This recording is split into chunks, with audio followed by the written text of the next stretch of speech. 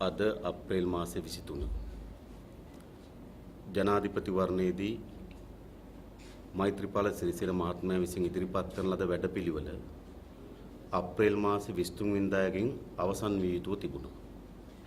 ප්‍රජාතන්ත්‍රවාදී ගොඩනැගීම සඳහා වංචනිකයන්ට දඬුවම් ලබා දීම සඳහා නීතිමය ශාස්ත්‍රය අත්පත් කරගන්නා ප්‍රතිසංස්කරණ වෙනුවෙනුත් සැලකිය යුතු කාර්යභාරයක් මේ කාල පරිච්ඡේදය තුල ඉටු කළ යුතුව තිබුණා.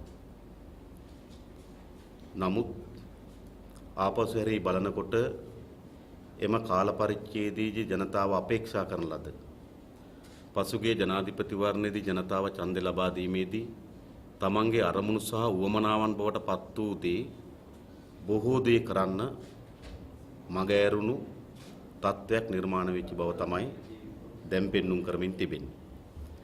එක පැත්තකින් ජයග්‍රහණ ගණනාවකුත් තිබෙනවා. විශේෂයෙන්ම රාජපක්ෂ පාලනය බිඳවැටීම. රාජපක්ෂ පාලනය බිඳවැටීමේදී රටේ ජනතාවගේ ප්‍රධාන අපේක්ෂාවන් බවට පත් වී තිබුණේ ප්‍රජාතන්ත්‍රවාදය ස්ථාපිත කර ගැනීම. ඔහු ගමන් කරමින් තිබුණු ප්‍රජාතන්ත්‍ර විරෝධී ඒකාධිපති වීරුව පරාජයට පත් කරනවා වගේම ප්‍රජාතන්ත්‍රවාදය සඳහා අවශ්‍ය වෙන යහපත් ප්‍රතිසංස්කරණ දිනාගත යුතු තිබුණා. ඒ වගේම රාජපක්ෂ පාලනයේ රාජ්‍ය අනුග්‍රහය යටතේ රාජ්‍ය මැදිහත් වීම සහ මෙහෙයවීම සහ අනුබල දීම යටතේ වර්ධනය වෙමින් තිබුණු ජාතිවාදී ප්‍රවණතාවයන් පරාජයට පත් කරන්න පුළුවන්කම ලැබුණා. නමුත් ජාතික සමගිය ගොඩනැගීමේ දිශාවෙන් ගත යුතු බොහෝ පියවරයන් තාමත් ඉතිරි වී තිබෙනවා. ඒ වගේම රාජපක්ෂ අනුගමනය කරගෙන තිබුණු මහා කොල්ලකාරී විනාශකාරී වංචාව දූෂණයෙන් පිරිච්ච ආර්ථික ගමන වෙනුවට ජනතාවට හිතකර ආර්ථික ගමනකට යොමු විය යුතු තිබුණා. කිසිසේත්ම අපි වර්තමාන පාලනයේ එවැනි යහපත් ආර්ථික ගමනක් ආර්ථික ප්‍රතිසංස්කරණයක් අපේක්ෂා කරන්නේ නැහැ. පසුගිය කාලයේ සිදුවෙච්ච සිදුවීම් වලිනුත් එවැනි යහපත් ආර්ථික ප්‍රවණතාවයක් ගොඩනැගීමට වර්තමාන පාලනයට සහ පාලකයන්ට නොමැති බව පෙන්눔 කරමින් තිබෙනවා. ඒ වගේම අපේ රටේ වැදගත් නීතිමය ශාස්ත්‍රයේ අවශ්‍ය ප්‍රතිසංස්කරණ ගණනාවක් අවශ්‍ය වී තිබුණා. ඒවත් අවශ්‍ය ප්‍රමාණයෙන් ඉටු කරගන්න අසමත් වෙච්ච තත්ත්වයක් තමයි නිර්මාණය වෙලා තිබෙන්නේ. අපි එකින් එක ගත්තොත් අපි දන්නවා ප්‍රජාතන්ත්‍රවාදී ස්ථාපිත කිරීම ඉතාමත් වැදගත්ම කාර්ය බවට පත් වී තිබුණේ ආණ්ඩු ක්‍රම ව්‍යවස්ථාවට විධායක ජනාධිපති ධූරය අවෝසි කිරීමත් ඒ වගේම ස්වාධීන කොමිෂන් සභා ස්ථාපිත කිරීම ආදී වැදගත් සාධක ගණනාවක් සහිත 19 වෙනි ආණ්ඩු ක්‍රම ව්‍යවස්ථා සංශෝධනය සම්මත කර ගැනීම. මේ 19 වෙනි ආණ්ඩු ක්‍රම ව්‍යවස්ථා සංශෝධනයේ අපේ රටේ ඉතාමත් වැදගත් ප්‍රජාතන්ත්‍රවාදී දිශාවට තබන ලද පියවරකට අවශ්‍ය වෙන සංශෝධන ඇතුළත් වී තිබුණා. ඔබ දන්නවා විධායක ජනාධිපති ධූරය අපේ රටත් අපේ රටේ ජනතාවත් මුළුමනින්ම ව්‍යසනයට පත් කරන ලද විනාශකාරී ගමනකට ගෙන යන ලද ධූරයක්. තනි පුද්ගලයෙක් අතට අසීමිත බලතල පැවරිලා ඔහු විසින් පාර්ලිමේන්තුව ගිලගෙන ඔහු විසින් අධිකරණ පද්ධතිය ගිලගෙන ඔහු විසින් විධායක ගිලගෙන මුළුමනින්ම ඒකාධිපති වියරුවක් නිර්මාණය කිරීමේ තත්ත්වයක් මෙම ව්‍යවස්ථාව තුළින් ගොඩනගා තිබෙනවා ජනාධිපතිවරයා වෙත.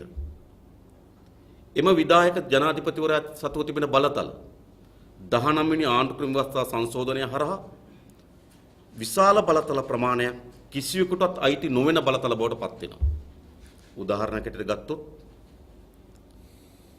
පාර්ලිමේන්තු විසිරුව හැරීමේ බලය අවුරුද්දක් ගියාට පසුව පාර්ලිමේන්තු විසිරුව හැරීම බලය ජනාධිපතිවරයා සතුව තිබුණා. 19 වෙනි ආණ්ඩු ක්‍රම ව්‍යවස්ථා සංශෝධනය ඇතුළත එම බලය කිසිවෙකුටත් මීට පසුව නැහැ.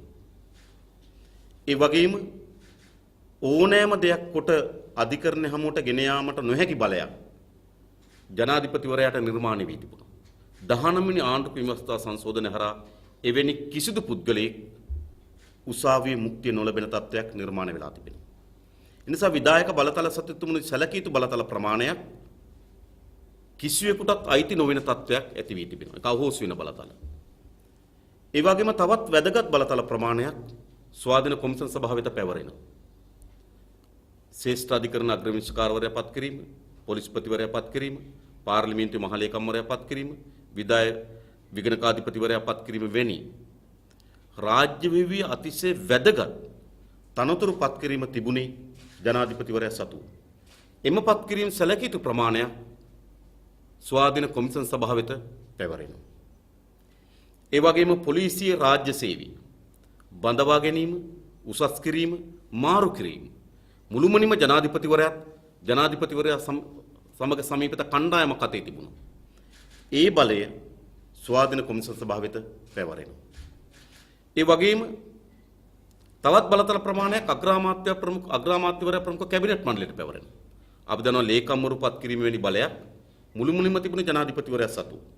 ඒ අගමැතිවරයා සහ කැබිනට් මණ්ඩලය වෙත පැවරෙනවා. ඒ වගේම තවත් සමහර බලතල ප්‍රමාණයක් ඉන්න ජනාධිපතිවරයා වෙතම පැවරෙනවා. විශේෂයෙන්ම සේනාධිනායකයා, රාජ්‍ය නායකයා වැනි විශේෂ බලතල ප්‍රමාණයක් ජනාධිපතිවරයා සතුව පැවරෙනවා. ඒ නිසා මේ විධායක ජනාධිපතිවරයා සතුව තිබුණු බලතල යම් ප්‍රමාණයක් මුළුමනින්ම අහෝසි වෙන අතර තව ප්‍රමාණයක් ස්වාධීන කොමිසම් සභාව වෙත පැවරෙනවා. තව ප්‍රමාණයක් පාර්ලිමේන්තුවට පැවරෙනවා. තව ප්‍රමාණයක් කැබිනට් මණ්ඩලයට පැවරෙනවා. තව ප්‍රමාණයක් අගමැතිවරයාට පැවරෙනවා. තව ප්‍රමාණයක් ජනාධිපතිවරයා සතුව තිබෙනවා. තනු පුද්ගලයෙක් සතුව තිබුණු අසීමිත බලය මේ ආකාරයට ව්‍යුහයන් ගණනාවකට බෙදී අනේක අපේ රටේ ප්‍රජාතන්ත්‍රවාදී පැත්තෙන් ගත්තොත් ඉතාමත් වැදගත් සන්ධිස්ථානයක් ලෙස අපි සලකනවා. 1978 විධායක ජනාධිපති ධුරය නිර්මාණය කරපු දවසේ සිට ප්‍රජාතන්ත්‍රවාදී බලවේග විශේෂම වාමාංශික බලවේග මෙම විවස්ථාවේ ඇති වී තිබෙන මේ තනි පුද්ගලයෙක් සතුව අත්පත් කොටකට තිබෙන විකෘති බලය ඉවත් කිරීම සඳහා විශාල සාකච්ඡාවක් තිබුණා. ඒ මොනතරම් ප්‍රබලද කියනවනේ. පසුගිය අවස්ථා 5කම මෙම ජනාධිපති පුටුවේ වාඩි වෙච්ච හැම දිනම මෙය අහෝසි කරන බවට එකඟතාවයකට ආවා.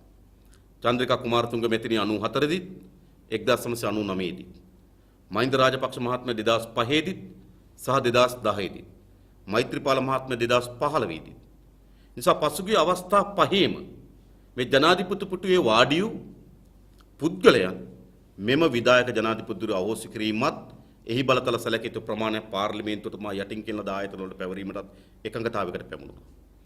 හැබැයි ගත වෙච්ච අවුරුදු 20කට වැඩි කාල පරිච්ඡේදය ඇතුළත එකඟතාවයන්ට එන ජනාධිපතිවරු ආණ්ඩු එමෙ එකඟතාවයන් බිඳිමින් කටයුතු කරමින් තිබුණා.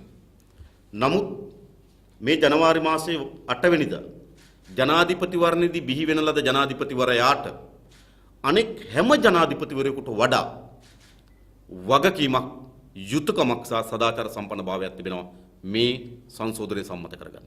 ඒ මොකද? චන්ද්‍රිකා කුමාරතුංග මෙතන අවස්ථා දෙකේම ඉදිරිපත් වුණේ ඈ නායකත්වයේ දරන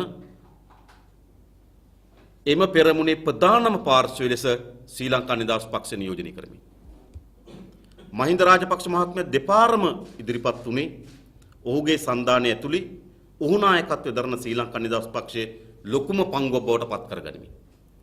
හැබැයි මෛත්‍රීපාල සිරිසේන මහත්මයා ඔහු ශ්‍රී ලංකා නිදහස් පක්ෂයේ ලේකම්වරයා හැටියට ඉවත් වෙනකොට ඔහු සමග ශ්‍රී ලංකා නිදහස් පක්ෂයෙන් පැමිණියේ 5 දෙනයි. ඒ වගේම විශාල ඡන්ද පංගුවුම් එහෙම නැත්නම් ඡන්දේ ක්‍රියාකාරීත්වයේ ඡන්දේ ගෙනෙන ලද වැඩපිළිවෙල මෛත්‍රීපාල සිරිසේන මහත්මයා මත පදනම් වූ සංවිධානයකට පක්ෂයකට වඩා ඔහු ජනාධිපති ධූරය අහෝසි කරනවා යයිලද කියන ලද එකඟතාවය මත එකතු වූ පක්ෂ සහ කණ්ඩායම් විසින් තමයි සිදු කරන ලැබුණේ. ඒ නිසා ජනවාරි මාසයේ 8 වෙනිදා මෛත්‍රීපාල සිරිසේන මහත්මයාගේ ජයග්‍රහණය එතෙක් ජනාධිපති ධූරයේ හුබවන ලද අයගේ ජයග්‍රහණයන්ට වඩා විශේෂයි. එතෙක් හැම කෙනාම ජයග්‍රහණය ඔබවනකොට එම සන්ධානීය පෙරමුණ ඇතුලේ තමන්ගේ පංගුව චන්ද්‍රිකා මැතිණිය නම් ඇයගේ ශ්‍රී ලංකා නිදහස් පක්ෂයේ පංගුව මහින්ද රාජපක්ෂ මහත්මයා නම් ඔහුගේ ශ්‍රී ලංකා නිදහස් පක්ෂයේ පංගුව ප්‍රධාන පංගුව බවට පත් වී තිබුණා. හැබැයි ජනවාරි මාසයේ 8 වෙනිදා මෛත්‍රීපාල මහත්මයාගේ පංගුව ඉතාමත් සීමිත පංගුවක්. ඉතාමත් කුඩා පංගුවක්. ඒ ගණනය අපිට හරියටම ගණනය කරලා කියාගන්න බැරි වෙන්න පුළුවන්. නමුත් අපි කවුරුත් දන්න එක ඉතා සීමිත කුඩා පංගුවක්. හැබැයි ඔහු ජයග්‍රහණය කරවනු ලබන්නේ විධායක ජනාධිපති ධූරය අහෝසි කොට ප්‍රජාතන්ත්‍රවාදී ස්ථාපිත කර ගැනීම වෙනුවෙන් ගොඩ නැගුණු අනිකුත් පෙරමුණු තමයි ඔහුගේ විශාලතම පංගුව බවට පත් වුණේ. ඒ 90% ඉක්මවා යන පංගුවක් බවට පත් වෙන එක වළක්වන්න බෑ. පත් වුණ එක වළක්වන්න බෑ. ඒ නිසා අන් හැම ජනාධිපතිවරයෙකුට වඩා මෙම සංශෝධනය ඉටු කර ගැනීම වෙනුවෙන් මෛත්‍රීපාල සිරිසේන මහත්මයාට යුතුයකමක් වගකීමක් සහ සදාචාර සම්පන්න භාවයක් ආරක්ෂා කළ ගත යුතුයි. නමුත් දැන් සිදුවීමින් තිබෙන්නේ කුමක්ද?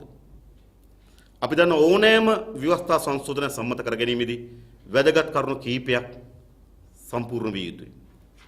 එම ව්‍යවස්ථා සංශෝධනය කැබිනට් මණ්ඩලයෙන් අනුමැතිය ලබා ගත යුතුයි. දැන් 19 වෙනි ආණ්ඩුක්‍රම ව්‍යවස්ථා සංශෝධනය සඳහා කැබිනට් මණ්ඩලයේ අනුමැතිය ලබා දී තිබෙනවා. එම ව්‍යවස්ථා සංශෝධනය සම්මත කරගත හැකි ආකාරය පිළිබඳව ශ්‍රේෂ්ඨාධිකරණයෙන් තීරණයක් ලබා ගත යුතුයි. එම තීරණයත් පසුගිය අප්‍රේල් මාසයේ 9 වෙනිදා පාර්ලිමේන්තුවට ඉදිරිපත් කොට තිබෙනවා. දැන් තිබෙන්නේ කුමක්ද? ශ්‍රේෂ්ඨාධිකරණයේදී දෙන ලද තීන්දුවට අනුකූල වන පරිදි සංශෝධනයන් ඉදිරිපත් කොට සම්මත කර ගැනීමයි. කැබිනට් මණ්ඩලයේ කාර්යභාරය අවසන් වී තිබෙනවා. ශ්‍රේෂ්ඨාධිකරණ කාර්යභාරය අවසන් වී තිබෙනවා. දැන් මෙය පාර්ලිමේන්තුවේ මුළුමනින්ම කාර්යභාරය බවට පත් වී තිබෙනවා. ඒ වෙනුවෙන් අප්‍රේල් මාසේ 9 10 කින දෙදින තුල පාර්ලිමේන්තු විවාදයක් ගන්නත් 10 වෙනිදා සම්මත කර ගැනීමටත් පක්ෂ නායක රැස්වීමේදී එකඟතාවයකට ආවා. නමුත් මෛත්‍රීපාල සිරිසේන මහත්මයා නියෝජනය කරන ශ්‍රී ලංකා නිදහස් පක්ෂයේ විශේෂයෙන් ඔවුන්ගේ යටි උවමනාවන් වෙනුවෙන් 9-10 විවාදයටගෙන සම්මත කර ගැනීමට නොහැකි තත්ත්වයක් නිර්මාණය කරනවා. නැවත 9 වෙනිදා පාර්ලිමේන්තුවේදී තීරණයක් ගනු ලබනවා. එහෙමනම් මේක 20 සහ 21 කියන දෙදින තුල මේ පක්ෂ නායක රැස්වීමේදී ගනු ලැබු තීරණ. එතන නිමල් සිරිපාල සිල්වා මහත්තයෝ විපක්ෂ නායකවරයා ඉන්නවා. ජෝන් සෙනවිරත්න විපක්ෂ සංවිධායකවරයා ඉන්නවා. මේ සියලු දෙනා ඉන්නම ගැන ගත්තු තීරණේ. අප්‍රේල් මාසයේ 20 සහ 21 කියන දෙදින තුල පාර්ලිමේන්තු විවාදයට ලක්කොට 21 වෙනිදා සම්මත කර ගැනීමට එකඟතාවයක් එනවා. නමුත් 20 වෙනිදා වෙනකොට මොකද ආයෙ වෙන්නේ? ආයෙ මෛත්‍රීපාල සිරිසේන මහත්මයා නියෝජනය කරන ශ්‍රී ලංකා නිදහස් පක්ෂය 20 වෙනිදා පාර්ලිමේන්තුවට ඉදිරිපත් කරන්න බැරි තත්ත්වයක් නිර්මාණය කරනවා. 21 වෙනිදා පාර්ලිමේන්තුවට ඉදිරිපත් කරන්න හදනකොට 21 වෙනිදා පාර්ලිමේන්තුවට ඉදිරිපත් කරන්න විරෝධය දක්වනවා. නැවත සාකච්ඡාවක් අනතුරුව 27 සහ 28 කියන දෙදින තුල සාකච්ඡා කොට 28 වෙනිදා ඡන්ද විමසීමකින් අනුමත කර ගැනීමට එකඟතාවයකට ඇවිල්ලා තිබෙනවා. දැන් මෙම සංශෝධනය සම්මත කර ගැනීමේ අවසන් කඩයිම තිබෙන්නේ පාර්ලිමේන්තුවේ. ඒ සඳහා 9 සහ 10 කියන දින යොදාගත්තා. 20 සහ 21 කියන දින යොදාගත්තා. දැන් 27 සහ 28 කියන දෙදින තුල දින යොදාගෙන තිබෙනවා. අනෙක් හැම අවස්ථාවකම ශ්‍රී ලංකා නිදහස් පක්ෂයේ මෛත්‍රීපාල සිරිසේන මහත්මයා නියෝජනය කරන නායකත්ව දරන පක්ෂයේ මැදිහත් වීම මත කුමන්ත්‍රණකාරී ක්‍රියාකාරීත්වයක් මත මේක පස්සට දාලා තිබෙනවා. ඒ නිසා දැනුත් අපි තුල සාධාරණ සැකයක් තිබෙනවා. 27 සහ 28 කිය දෙදින දක්වා මේ විවාදේ කල් තැබුවේ එය සම්මත කර ගැනීම සඳහා ඉඩ ප්‍රස්ථා නිර්මාණය කරගන්නවා වෙනුවට ඒ කාල පරිච්ඡේදය ඇතුළත නැවතත් කුමන්ත්‍රණකාරී ලෙසමය පසුපසට ඇද දැමීම වෙනුවෙන් කියලා පැහැදිලි. මේ හැම සාකච්ඡාවකදීම 9 වෙනිදා රෑ මෛත්‍රීපාල සිරිසේන මහත්මයාගේ ප්‍රධානත්වයෙන් සාකච්ඡාවක් තිබුණා.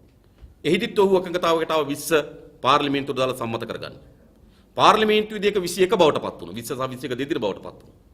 නැවත 20 වෙනිදා රෑ මෛත්‍රීපාල සිරිසේන මහත්මයාගේ නායකත්වයෙන් සාකච්ඡාවක් තිබුණා. ඒ සාකච්ඡාවේදී 21 සහ 22 සාකච්ඡා කොට අනුමත කර ගැනීමට එකඟතාවයකට ආවා. නැවත 21 වෙනිදා ඔහුගේ නායකත්වයෙන් සාකච්ඡාවක් තිබුණා.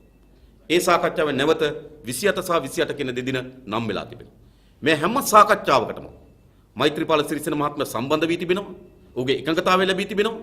නමුත් ඒ ක්‍රියාකාරීත්වයට යනකොට ඔහු නායකත්වය දරන පක්ෂයම මේක පස්සට දෙමින් තිබෙනවා. 19 වෙනි ආණ්ඩුක්‍රම ව්‍යවස්ථා සංශෝධනය පිළිබඳ තීන්දුව ගත යුත්තේ ශ්‍රී ලංකා නිදහස් පක්ෂ නෙවෙයි. විපක්ෂ නායක නිමල් සිරිපාල නෙවෙයි. එයි ඔවුන්ට ජනවාරි මාසේ 8 වෙනිදා ජනවරමක් ලැබුණේ නේ. ජනවාරි මාසේ 8 වෙනිදා උන් පරාජිත වන පුද්ගලයා. නිසා මෛත්‍රීපාල සිරිසේන මහත්මයා ඇහුම් කන් දිය යුතු වන්නේ. මෛත්‍රීපාල සිරිසේන මහත්මයා සැලසුම් හැදිය යුතු වන්නේ. ජනවාරි මාසේ 8 වෙනිදා ජනවරම ලබා ගැනීම සඳහා එකඟ වූ බලවේගයන්ගේ වමනාවන් මත පමණයි. හැබැයි දැන් සිදුවීමින් තිබෙන්නේ ශ්‍රී ලංකා නිදහස් පක්ෂ නායකත්වයේ නායක හැටියට ඔහු බලයට පත් කරලාද බලවේගයන්ගේ හඬට ඇහුම්කන් දෙනව වෙනුවට ඔහු පරාජයට පත් කරන්න. යටි උගුල් අටවන ලද සාමාන්‍ය මැතිවරණයකදී පවත්වාගත යුතු ශිෂ්ට සම්පන්න භාවයවත් ආරක්ෂා නොකරලද කණ්ඩායමකගේ හඬට තමයි දැන් මෛත්‍රීපාල මහත්මයා ඇහුම්කන් දෙමින් තිබෙන්නේ. ඒ නිසා මෙම තත්ත්වය පරාජයට පත් කිරීම ජනතා විමුක්ති පෙරමුණ හැටියට අපිත් ප්‍රජාතන්ත්‍රවාදයගේ මේ රටේ ජනතාවගේ පූර්ව වගකීමක් ලෙස අපි සලකනවා. ඒ පූර්ණ වගකීම ඉටු කිරීම වෙනුවෙන් ජනතා විමුක්ති පෙරමුණ අපි මෙදියත් වෙන ලෑස්ති. අපි පක්ෂ නායක රැස්වීමදී මේ සඳහා මෙදියත් වී තිබෙනවා. විධායක සභා රැස්වීමදී මේ සඳහා මෙදියත් වෙලා තිබෙනවා. ජනාධිපතිවරයා කරන ලද සාකච්ඡාවලට අපි උපරිම මෙදියත් වීම කරලා තිබෙනවා.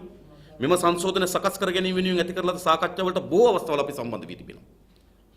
ඒ නිසා සංශෝධනය සකස් කරන්න අපි මෙදියත් වෙලා තිබෙනවා. විධායක සභාව තුළ සාකච්ඡා වෙලා තිබෙනවා. පාර්ලිමේන්තු පක්ෂ නායකත්ව තුළ සාකච්ඡා වෙලා තිබෙනවා. ජනාධිපතිවරයා සමග ඇතිවෙච්ච සාකච්ඡාවල අපි මෙදියත් කරුවන් බවට පත් වී තිබෙනවා. දැන් එම සීමාවෙන් මේ සම්මත කර ගැනීමේ බැරි තත්වයක් නිර්මාණය වෙලා තිබෙනවා.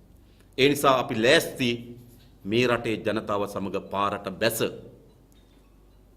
උද්ඝෝෂණ, ජනතා පෙළගැස්වීම, ජනතාව විරෝධතාවයන්ට කැඳවීම හරහා මේ සම්මත කර ගැනීම තමයි දැන් ඉතුරු වී තිබෙන මාවත කියලා අපි කල්පනා කරනවා.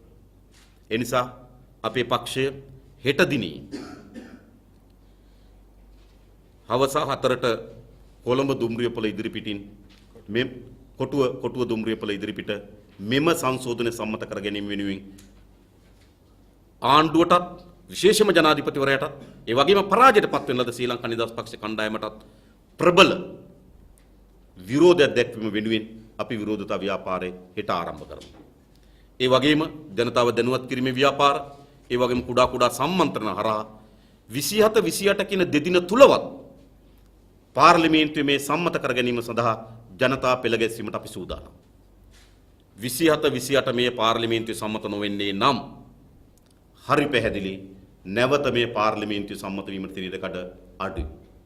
ඒ නිසා 27 සහ 28 කියන දෙදින තුල මේ පාර්ලිමේන්තුවේ සම්මත කර ගැනීම සඳහා උපරිම ජනතා පෙළ ගැස්මක්, උද්ඝෝෂණයක්, මතවාදයක් ගොඩනැගීම වෙනුවෙන් ජනතා විමුක්ති පෙරමුණ මෙදියත් වෙන සූදානම්. තව දුරටත් සාකච්ඡා වලින් පමණක්, කතා බහෙන් පමණක්, අවබෝධයන්ගෙන් පමණක් මේ විසඳාගත හැකි තත්වයක නෙවෙයි දැන් නිර්මාණය වී තිබෙන්නේ. ඔබටත් අපටත් ඉතා පැහැදිලි මෙය පසුපසට දැමීම වෙනුවෙන්, මේ සම්මත කර ගැනීම වැළැක්වීම වෙනුවෙන් ඉතාමත් පැහැදිලි, අතර කුමන්ත්‍රණයක් නෙවෙයි, මතු පිටතලේ ඉතා හොඳින් දිස්වෙන ක්‍රියාමාර්ගයක් පැහැදිලි වෙමින් තිබෙනවා.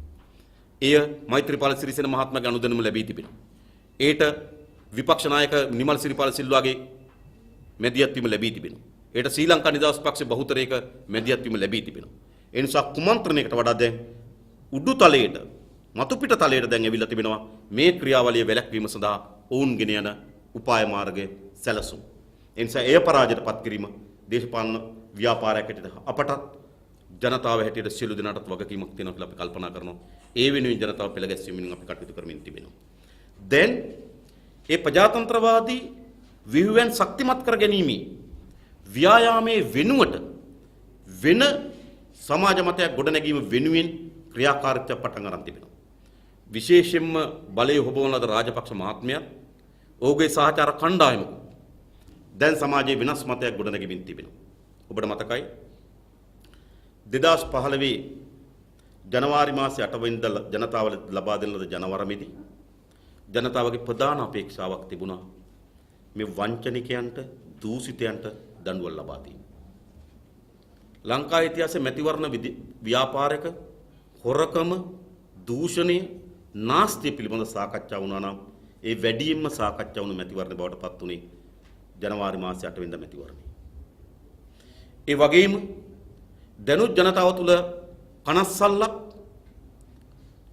බිඳවැටුණු මානසිකත්වයක් ගොඩනැගිලා තිබෙනවා නම් ඒ ගොඩනැගිලා තිබෙන්නේ වංචනිකයන්ට, දූෂිතයන්ට දඬුවම් ලබා දීම, ප්‍රමාද වීම පිළිබඳව. ඒ සඳහා තිබෙන විධිමත් ආයතනය අල්ලස්සෝ දූෂණ කොමිෂන් සභාව, ඒ වගේම අපරාධ පරීක්ෂණ දෙපාර්තමේන්තුව, ඒ වගේම ඒ සඳහා උපදෙස් ලබා දෙන නීතිපති දෙපාර්තමේන්තුව. මේවා තමයි මීට අදාළ තිබෙන ආයතන. හැබැයි දැන් වංචනිකයන් කණ්ඩායමක් එකතු වී වංචාවට, දූෂණයට, නාස්තියට මහජනයාගේ දීපල, මහජනයාගේ ධනය විනාශ කරන ලද කණ්ඩායම්. එම විනාශයට කරන ලද කණ්ඩායමට දඬුවම් ලබා දෙන ආයතනයන්ට එරෙහිව උද්ඝෝෂණ පටන් අරගෙන තිබෙනවා. මේක අපේ රටේ මෑත කාලයේ තිබී තිබෙන විසුලුකාරීම තත්ත්වය. මා දැක්කා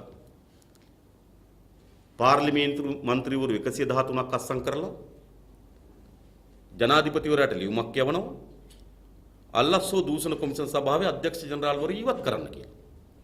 අස්සන් ටික බලපුවම කවුද? අස්සන් වලින් බහුතරයක් අල්ලස්සෝ දූෂණ කොමිෂන් සභාවේ පරීක්ෂාවට භාජනය වෙච්ච අය. දැන් අල්ලස්සෝ දූෂණ කොමිෂන් සභාවේ පරීක්ෂාවට භාජනය වෙන අය කියනවා එහි අධ්‍යක්ෂ ජනරාල්වරු මාරු කරන්න කියලා. හොරු විසින් කියනවා හොරු අල්ලන් ඉන්න කෙනා මාරු කරන්න කියලා. මේ මොන විසුලුකාරී තත්ත්වයක්ද? ඔබ හිතන්න. රාජපක්ෂගේ පවුලට ඔව්වට හිටපු සහචර කණ්ඩායමටත් එරෙහිව ප්‍රබල පරීක්ෂණ දියත් වෙමින් තිබෙනවා.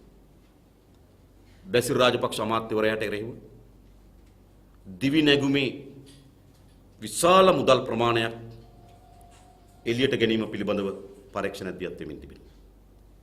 ගෝඨාභය රාජපක්ෂට එරෙහිව එවන්ගාඩ් ගනුදෙනුව පිළිබඳවත් මිග්පහරක යානා මිලදී ගැනීම ගනුදෙනුව පිළිබඳවත් පරීක්ෂණයක් දියත් වෙමින් තිබෙනවා.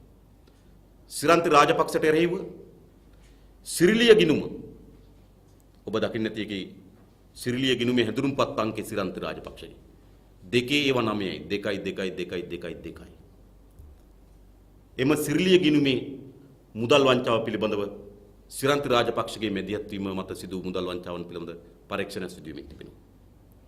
පුෂ්පා රාජපක්ෂ බැසිල් රාජපක්ෂගේ බිරිඳ ඇගේ පුෂ්පා රාජපක්ෂ පදනමේ සිදු වෙච්ච මුදල් ගනුදෙනු පිළිබඳ පරීක්ෂණයක් පැවැත්වෙමින් තිබෙනවා. ශ්‍රී ලංකා ගුවන් ආයතනයේ ශ්‍රී ලංකා ගුවන් සේවයේ ඒ සභාපතිවරු නිසාන්ත වික්‍රමසිංහ ඒ කියන්නේ සිරන්ති රාජපක්ෂගේ මල්ලිට එරෙහිව මහජනගේ මුදල් කොල්ල කෑම නාස්ති කිරීම පිළිබඳ පරීක්ෂණ දියත් වෙමින් තිබෙනවා.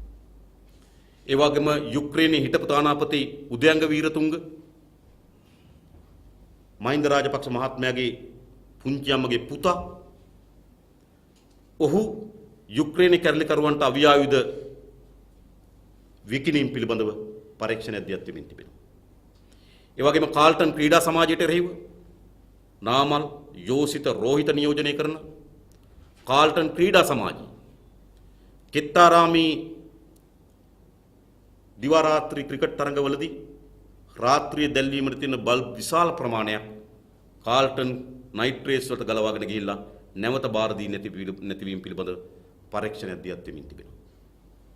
ඒ නිසා මේ රාජපක්ෂ පවුලේ සැලකිය යුතු ප්‍රමාණයකට එරෙහිව පරීක්ෂණ දියත් වෙමින් තිබෙනවා. මහින්ද රාජපක්ෂ මහත්මයාගේ කාලවකවානුව තුල හෙජින් ගිවිසුම අත්සන් කිරීමේදී ඔහුගේ දායකත්වය පිළිබඳ ඔහු පිළිබඳ පරීක්ෂණ දියත් වෙමින් තිබෙනවා. සුනාමි මුදල් වංචාව පිළිබඳව නැවත පරීක්ෂණ දියත් වෙමින් තිබෙනවා. ඒ නිසා රාජපක්ෂත්, ගෝඨාභය රාජපක්ෂත්, බැසිල් රාජපක්ෂත්, නාමල් රාජපක්ෂත්, සිරන්ති රාජපක්ෂත්, සිරන්ති රාජපක්ෂගේ මල්ලිත්, රාජපක්ෂගේ පුංචි අම්මගේ පුතත්, බැසිල් රාජපක්ෂගේ බිරිඳත් මේ සියලු දෙනා පිළිබඳව මහජනයාගේ දීපල කොල්ල කෑම නාස්ති කිරීම පිළිබඳව පරීක්ෂණ දියත් වෙමින් පවතිනවා. අපි ඔබගෙන් අහන්නේ මේ පරීක්ෂණ නතර කළ යුතුද? මේ මහජනයාගේ ධනය කොල්ල කන ලද මහ ධනය යලි අත්පත් කර ගැනීම වෙනුවෙන්, එම වංචනිකයන් ලිදරව් කර ගැනීම වෙනුවෙන්, එම වංචනිකයන් දඬුවම් ලබා දීම වෙනුවෙන් පරීක්ෂණ දියත් විය යුතු නැද්ද? යුක්ති සම්පන්න මහත්තුරු නම් කරන්න ඕන. දැන් ඒගොල්ලෝ කියනවා අපි හොරකම් කරලා නැහැ. රාජපක්ෂ පවුල හොරකම් වලට ගෑවිලා නැහැ. මෙහෙම යන්න හැරපාන්නේ. නම් ඒ මහත්තුරුගේ වගකීම තමයි නීතිපති දෙපාර්තමේන්තුවට, අපරාධ පරීක්ෂණ දෙපාර්තමේන්තුවට, අල්ලස්සා දූෂණ කොමිසම සභාවට සහාය ලබා දීම ඒ පරීක්ෂණ කඩිනම් කරන්න. හැබැයි ඔවුන් පිරිසුදු මහත්තුරු ගැන කියන ගමන්, ඔවුන් මහජනයාගේ මුදල් සතයක් හොරකම් කරේ නැහැ කියන ගමන් පරීක්ෂණ දියත් වෙනකොට ඒ පරීක්ෂණ දියත් කරන ආයතන වලට එරෙහිව උද්ඝෝෂණ පටන් අරන් තිබෙනවා. එම පරීක්ෂණ දියත් කරන නිලධාරීන්ට එරෙහිව අවලාද ගහන්න උද්ඝෝෂණය කරන්න පටන් අරගෙන තිබෙනවා. එනිසා රාජපක්ෂලා හොරකම් කරා පමණක් නෙවෙයි, හොරකම් කිරීමට එරෙහිව දඬුවම් ලබා දෙනකොට ඒට දඬුවම් ලබා දීම සඳහා කටයුතු කරන ආයතනයන්ට එරෙහිව මතයක් අදට ගොඩනගමින් තිබෙනවා. අපි අහනවා මේ රටේ සියලු ජනයාගෙන් ඔවුන් රාජපක්ෂ පාක්ෂිකයෙක් වෙන්න පුළුවන්. ඔවුන් ඔහුට විරුද්ධ දේශපාලන මතවාදයක් දරන කෙනෙක් වෙන්න පුළුවන්. හැබැයි හැම දෙනාගේ වගකීම තමයි රාජපක්ෂ ජනාධිපතිවරයාට ඔහුගේ සමීපතම පවුලේ කණ්ඩායමට අවස්ථාවක් තිබෙනවා. ඒ පරීක්ෂණ වලට මුහුණ දීලා ඔවුන් ඒකට සම්බන්ධ නැහැ කියලා නිර්දෝෂී වෙන්න. එහෙම නැත්නම් අපිට අවස්ථාවක් තිබෙනවා අපි ඉදිරිපත් කරන චෝදනා කරුවන්ට දඬුවම් ලබා දීම. මේ දෙකෙන් එකක් මේ ආකාරයෙන් විසඳිය යුතුයි. එසේ නැත්නම් මෙම ආයතන වෙත කරන උද්ඝෝෂණ මෙම ආයතනවල නිලධාරීන්ට එරෙහිව කරන මේ උද්ඝෝෂණ වහාම නතර කළ යුතුයි. ඒ විතරක් නෙමෙයි. ලලිත් වීරතුංග මහත්මයාට එරෙහිව පරීක්ෂණ අධ්‍යයනය තිබෙනවා. රුපියල් මිලියන 600ක සිල් රෙදි බෙදා දීලා තිබෙනවා. රුපියල් මිලියන 600ක කෝටි 6ක සිල් රෙදි. කෝටි 60ක රුපියල් කෝටි 60ක සිල් රෙදි බෙදලා දීලා තියෙනවා TRC ආයතනය. ඒ සභාපතිවරයා ලලිත් වීරතුංග ඔහුට එරෙහිව පරීක්ෂණ අධ්‍යයනය තිබෙනවා. හෙටින් ගිවිසුමේ විශාල කාර්යභාරයක් කරන ලැබුවේ පී.වී. ජයසුන්දර ඔහුට එරෙහිව පරීක්ෂණ අධ්‍යයනය තිබෙනවා. දේපල උපයා ගැනීම පිළිබඳව මුදල් විසුද්ධි කරන පනත යටතේ ගාමිණී සෙනරත්න ජනාධිපති කාර්ය මණ්ඩල ප්‍රධානීට එරෙහිව පරීක්ෂණ අධ්‍යයනය තිබෙනවා. මහා බැංකුවේ ඇති වී තිබුණු ගනුදෙනු සහ හෙජින් ගනුදෙනු පිළිබඳව අජිත් නිවාඩ් කබ්‍රාල්ට එරෙහිව පරීක්ෂණ අධ්‍යයනය තිබෙනවා. මේ තරම් දේපල ප්‍රමාණයක් කොහොමද උපයාගත්තේ කියලා සජින් වාස් ගුණවර්ධන මහින්ද ආනන්ද අලුත්ගමගේ ඒ වගේම රෝහිත අබේ ගුණවර්ධනට එරෙහිව පරීක්ෂණ අධ්‍යයනය තිබෙනවා. ඒ වගේම සතොත් සල්ලි වලින් ඡන්ද කාලයේදී ජනතාවට කණ්ඩ දුන්නයි කියලා සතොත් සල්ලි වලින් ඡන්ද කාලේ කණ්ඩ දුන්නයි කියලා ජෝන්ස්ටන් පනන්දුට එරෙහිව පරීක්ෂණ අධ්‍යයනය තිබෙනවා. රාජපක්ෂ ඒ වගේම තමන්ගේ ඥාතීන්ට නිවාස ලබා දීම පිළිබඳව විමල් වීරවංශට එරෙහිව පරීක්ෂණ අධ්‍යයනය පවතිනවා. එනිසා රාජපක්ෂ වට හිටපු සහචර කණ්ඩායම ඔහුගේ සමීපතම පවුලේ උදවියටත් එරෙහිව පරීක්ෂණ අධ්‍යයනය තිබෙනවා. ජනතාව වැටේට අපිට අයිතියක් නැති පරීක්ෂණවල ප්‍රගතිය ඒ පරීක්ෂණවල තත්ත්වය බලා ගන්න. කෙලවර බලන්න එක අපේ අයිතිය. ඒක මාධ්‍යවේදීන් හිටියට ඔබෙත් අයිතියක්, පුරවැසියන් හිටියට මේ රටේ ජනතාවගේත් අයිතියක්. එනිසාම පරීක්ෂණ සඳහා කරන මේ බාධාවන් පාර්ලිමේන්තුව වටලනයෝ, පාර්ලිමේන්තුවේ නිදිමරණයෝ, පාර්ලිමේන්තු සභාගර්භය මුළුමනින්ම කොලමඩුව බවට පත් කරන තත්ත්වය ජනතාව ගෙනල්ලා හාමුදුරන් වහන්සේලා ගිහලා වංචා අල්ලස්සෝ දූෂණ කොමින් සභාවේ පෝස්ටර් ගහන ඒවා. සමහර හාමුදුරන් වහන්සේලා සමහර ආයතනවල අධ්‍යක්ෂ මණ්ඩලීන් අපි ඒවා කියන්න නෙමෙයි. ඒ නිසා දැන් මේ ජනවාරි මාසේ 8 වෙනිදා ජනවරමේ තිබුණේ මේ වංචනිකයන්ට එලිදරව් කරන්න, ඒ වංචනිකයන්ට දඬුවම් ලබා දෙන්න, එම මහජනයාගේ වංචා කරන ලද ධනය යලි අත්පත් කරගන්න කියන අදහස තමයි ජනතාව තුළ තිබුණේ. ඒ ක්‍රියාත්මක වෙනකොට ක්‍රියාත්මක වීමේ මන්දභාවී ස්වභාවයක් තිබුණ එක ඇත්ත. නමුත් යම් ප්‍රමාණයක් ක්‍රියාත්මක වෙන්න දරන උත්සාහයක් දරනකොට ඒ සඳහා ක්‍රියාමාර්ග වලට අවතීර්ණ වෙනකොට ජනතාව ජනවරම ලබා දෙන ලද ජනවරමට එරෙහිව දැන් කණ්ඩායම කටයුතු කරමින් තිබෙනවා. ඒ නිසා අපි හැම දෙනාගේම වගකීම තමයි මේ ආයතන වලට නිසි පරිදිම පරීක්ෂණ කිරීම සඳහා මේ කරමින් තිබෙන පරීක්ෂණ බාධා කිරීම සඳහා සිදු කරමින් තිබෙන විරෝධතාවයන් බලපෑම් වලට එරෙහිව ජනතා මතයක් ගොඩනැගිය යුතුයි. ජනතා විමුක්ති පෙරමුණ හෙට දිනේ ආරම්භ කරන ලද උද්ඝෝෂණ ඒ සඳහා අපි ඉලක්ක කොටගෙන තිබෙනවා. මේ වංචනිකයන් එලිදරව් කරන එක, ඒගොල්ලන්ට දඬුවම් ලබා දීම, එම දීපල යලි අත්පත් කරගෙන ඒක ජනවාරි මාසේ 8 වෙනිදා දෙන ලද ජනවරම රාජපක්ෂලගේ හොරකම් තමයි ජනවාරි මාසේ 8 වෙනිදා පරාද කරේ. රාජපක්ෂලගේ හොරකම් වලට දඬුවම් ලබා දෙන්න කියන එක තමයි ජනවාරි මාසේ 8 වෙනිදා ජනවරම. රාජපක්ෂල හොරකම් කළාද දීපල යලි අත්පත් කරගන්න කියන එක තමයි ජනවාරි මාසේ 8 වෙනිදා ජනවරම. ඉතින් ජනවරමට අනුව නීතිපති දෙපාර්තමේන්තුවටත් අල්ලස්සෝ දූෂණ කොමිස් සභාවටත් අපරාධ පරීක්ෂණ දෙපාර්තමේන්තුවටත් වගකීමක් තිබෙනවා ඒ ජනවරමට අනුව කටයුතු කරන්න. ඒ කටයුතු කිරීම සඳහා බාධා කරනවා නම් ඊට එරෙහිව උද්ඝෝෂණ දියත් කරනවා නම් එම ආයතනයන්ගේ පරීක්ෂණ කඩිනම් කරන්න. සමහර පරීක්ෂණ අපිට දැරීමින්ම තියෙනවා. සමහර අයගේ මෙදියත් වීම මත අවශ්‍ය ප්‍රමාණය යන්නේ දියාරු කරමින් යනවා. නමුත් ඒවා වේගවත් කරන්නත්, කාර්යක්ෂම කරන්නත්, ඒවා සඳහා කරන බාධාවන්ටත් එරෙහිව ජනතා විමුක්ති පෙරමුණ අපි උද්ඝෝෂණ ව්‍යාපාරයක් හෙට සිට ආරම්භ කරන්න සූදානම්.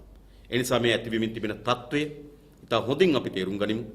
අපේ රටේ මහජනයාගේ දීපල කෝටි ප්‍රකෝටි ගණන් කොල්ල කන ලද වංචනිකයන් එලිදරව් කිරීමත්, දඬුවම් ලබා දීමත්, ඒ දීපල යලි අත්පත් කර ගැනීමත් කිරීම මේ රටේ ජනතාවගේ අපේක්ෂාවක්. ඒ වෙනුවෙන් ජනතා විමුක්ති පෙරමුණ අපි මෙදියත් වීම සිදු කරමින් තිබෙනවා.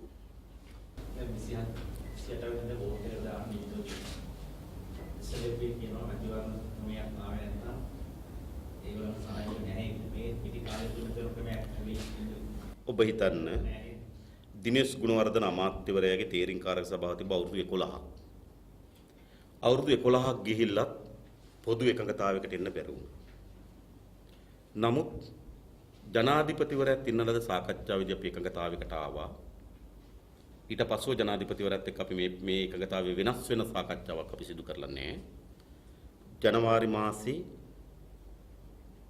මේ අප්‍රේල් මාසේ 9 වෙනිදා රාත්‍රියේ ජනාධිපතිවරයා සමග පැවති සාකච්ඡාවේදී අපි එකඟතාවය තමයි 19 වෙනි ආණ්ඩුක්‍රම විමර්ශන සංශෝධනයේ 2021 පාර්ලිමේන්තුවට ඉදිරිපත් කොට අනුමත කරගන්නත් 20 වෙනි සංශෝධනය පිළිබඳව කියන්නේ 20 වෙනි ව්‍යවස්ථා සංශෝධනයක් ගෙන එන්න මැතිවරණ ක්‍රමයක් ස්ථාපිත කිරීම සඳහා කොමිෂන් සභාවක් පිහිටවනවායි කියලා ව්‍යවස්ථා සංශෝධනයක් ගෙනීම. ඒකට මූලික මූලධර්ම ලෙස අපි එකගතාවයකට ආවා.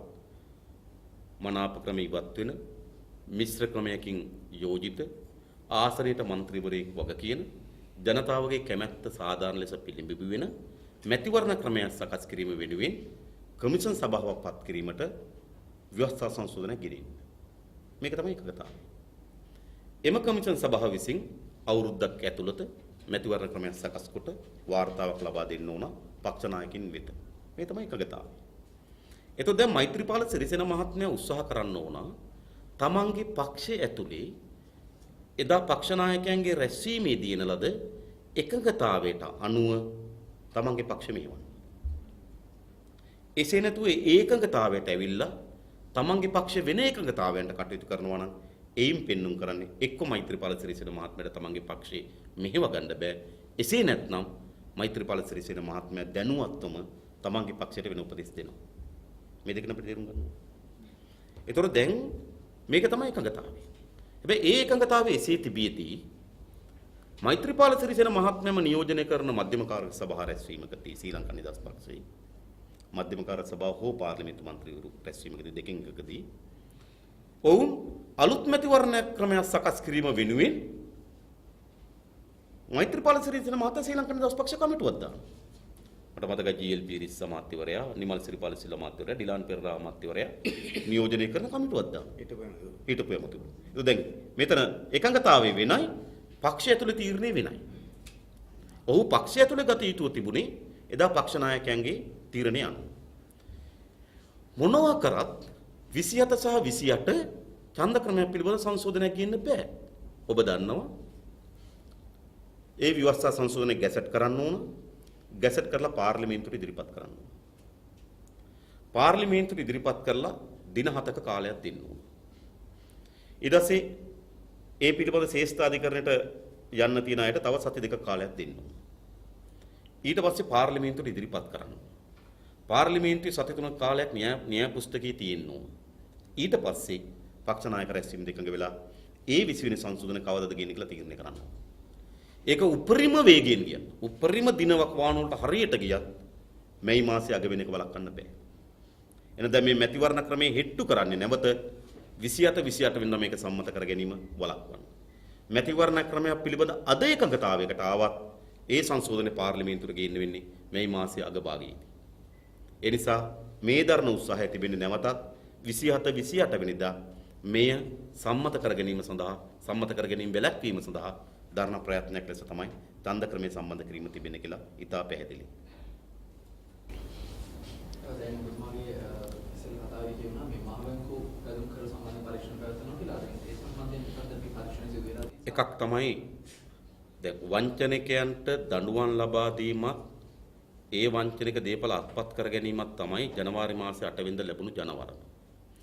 හැබැයි ඒ ජනවරමේ එසේ තිබියදී අපි දැක්ක පහුගිය කාලේ ඒ ජනවරමට පටහැනිවම මහ බැංකුවේ අධිපතිවරයාගේ ඍජු මැදිහත් වීම මත ඔහුගේ බෑනනුවන් වෙත අධික ලාභයක් අත්පත් කර ගැනීම වෙනුවෙන් මහ බැංකු බැඳුම් කර වංචාකාරී ලෙස ක්‍රියාමාර්ග කරා නිකුත් කොට තිබෙනවා.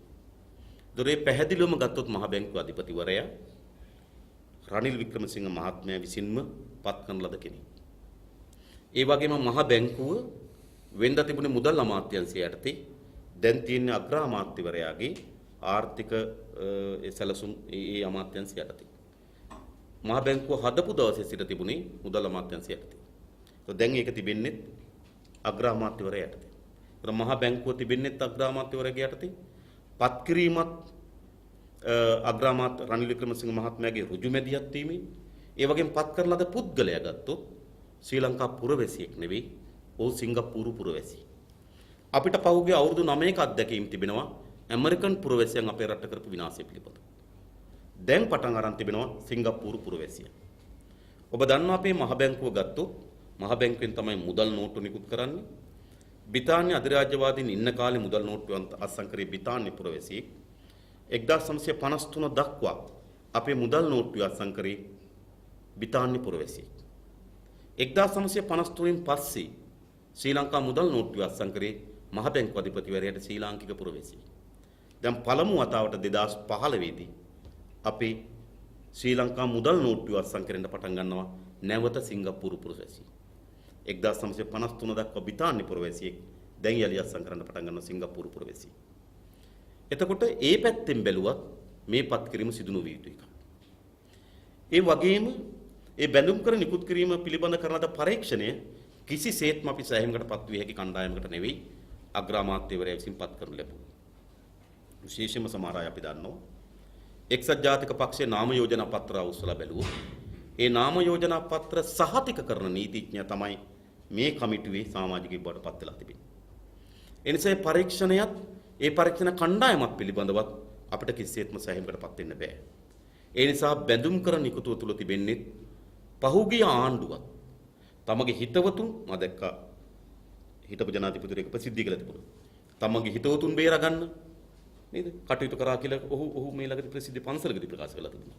ඒතොර ඒ ආකාරයෙන්ම වර්තමාන අගමැතිවරයා තමන්ගේ හිතවතුන් නිදහස් කර ගැනීම වෙනුවෙන් බේරා ගැනීම වෙනුවෙන් තමයි මේ බැඳුම් කර නිකුතුව පිළිබඳව දැනට කොට තිබෙන පරීක්ෂණ වලින් පෙන්වුම් කරන්නේ. ඒ නිසා පැරණි වංචනිකයන්ට දූෂිතන දඬුවම් දෙනවා වගේම මේ බැඳුම් කරේට හවුල් වුවන්ට ඒ පරීක්ෂණ සිදුකට දඬුවම් ලබා දීම කළ යුතුයි. ඒ නිසා අපි වංචනිකයන්ට දඬුවම් ලබා දීම පිළිබඳ සටනේදී පැවති පාලකයන්ට වගේම වර්තමාන පාලනය විසින් සිදු කරන ලද සා වර්තමාන ආණ්ඩුවේ නියෝජනය කරන සමහර ඇමතිවරුන්ට එරෙහිව දැන්ට ඉදිරිපත් වී තිබෙන පරීක්ෂණ පිළිබඳව විධිමත් ක්‍රියාවලියක් දියත් විය යුතු කියන එක තමයි අපගේ අදහස. දැන් ඔබතුමාලගේ කියපු නායකතුමා සෝමර සමරසිංහ මහත්තයා පක්ෂ නිර්ණය සම්බන්ධයෙන් ඔබතුමාලා කිව්වා පුරාණ මැදිහත් වෙලා මා පක්ෂ රඳවා කරගෙන කටයුතු කරනවා කියලා. දැන් ඒ ප්‍රගතිය මොන වගේද? තාම සතියේ ගිහිල්ලා තිබෙන්නේ. දැන් අපි තාමත් කතා බහ කරමින් තිබෙනවා. අපි කතා කරලා තිබෙනවා. නැවත අවස්ථාවක් මුණ ගැහිම් පිළිබඳව සෝමන් සෝදරයා විසින් අවස්ථාවක් ලබා දෙනවා කියලා අපිට ප්‍රකාශ කරලා තිබෙනවා. ඉතින් අපි උපරිම තාමත් උත්සාහ දරමින් තිබෙනවා.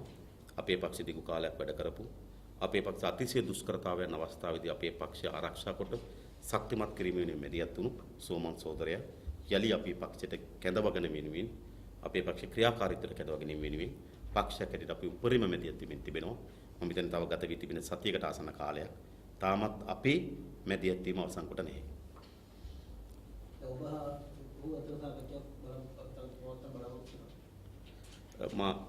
ඇත්තටම සෝමන් සමරසිංහ සහෝදරයා හෝ මා අතරට වඩා සෝමන් සහෝදරයා සහ අපේ පක්ෂය අතර තමයි සාකච්ඡා පැවතුවන්නේ. ඉතින් පක්ෂයේදී අපිට මමද අපේ කවර නියෝජිතයන්ද කියලා අපිට පක්ෂයක් හැටියට තීරණය කරන්න පුළුවන්. අපි ඉන්නේ සෝමන් සමරසිංහ සහෝදරයා සහ පක්ෂය අතර සාකච්ඡාවක් පැවැත්විය යුතුයි කියන අදහසින් තමයි අපි ඉන්නේ.